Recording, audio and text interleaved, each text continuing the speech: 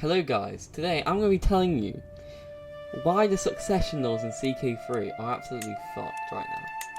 Alright, no one asked for these successions, but we got them all the same, so I'm going to show you why they're so bad. So, I'm playing as a Byzantine Empire right now. Well, for one, Byzantine Empire, they start off as primogeniture, so you're like, oh, that's good. Although it doesn't really make sense, considering they should be imperial elective, but let's just put that under the rug. But rebellions have led to it being Confederate partition Gavelkind, but not the Gavelkind you want. Well, you don't want any Gavelkind, but you get what I mean. Right, in Ck3, there are 3 different kinds of Gavelkind. Just called partition now. Anyway, right, Confederate partition is the shittiest of the partitions. Basically, all children inherit, but not just your children, also your children's children. So basically, new titles will be created for younger heirs. So say if you have 1 duchy, but you have land in 2, another duchy will be made and given to a different heir. Now that will split your realm and its aids, but what can you do? Also, I'm not quite sure on this, but it will only split your realm if you're already in an empire that your realm can't get independence from. So say if Poland has 2 kingdoms, the Kingdom of Pomerania and Poland, it will not split because it's an independent realm. But if I was the King of Sicily, and I'm not actually just a Duke of Sicily, and I have 1 duchy, the other one will split off. Anyway, that's done. The other succession type is partition, which means your children's children can't inherit, which is slightly better, but ultimately it's still shit. And now the high partition, which is a normal Gavelkind in Ck2, which I don't know why it's just not the only Gavelkind with other succession laws, but anyway, what can you do? Ck3. Anyway, this one, it just splits. Most of the titles go to your primary heir, well, a small amount of titles going to the rest of the children, which is the best Gavelkind.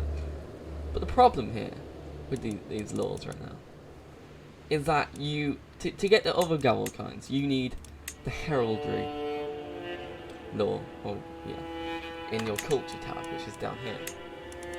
Now, what's wrong with that? Well, let's say I start in 867, the first start date. Well, I'm in tribal. The heraldry is in the early medieval, which at the very earliest in which you will ever reach it is 1050. 1050, yes, yeah.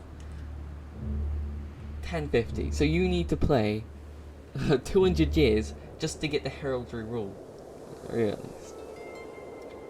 And by the time you get heraldry rule, you can just go in here, succession, change it.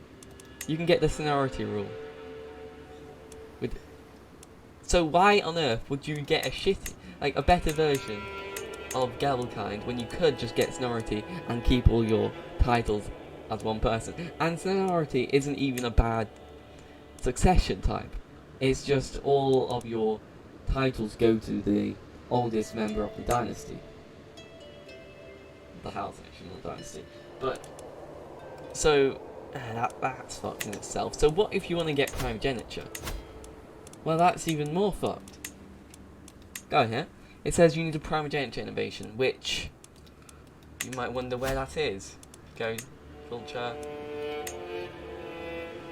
It's not in the high medieval. No. It's in the late medieval.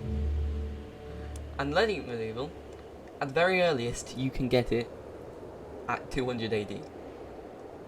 In which you won't, because it takes longer than that. 1200 AD. Say if you started in 867, the first start date, you would have to play 400 years. That doesn't sound fun to me. No. So, yeah, it's just... Why did they do this? I don't understand. It seems like they've just dumbed down the game and restricted you to certain succession laws, which I don't like. personally. I haven't come across a person which actually likes it. Because they made 2 more versions of shittier Gavelkind, when really you only needed 1, because that was bad enough in CK2. But now, yeah, anyway. If you found this entertaining, or it helped you in any way, or you know, if you just want to blow off some steam, give it a like maybe, you know? Anyway, see you guys.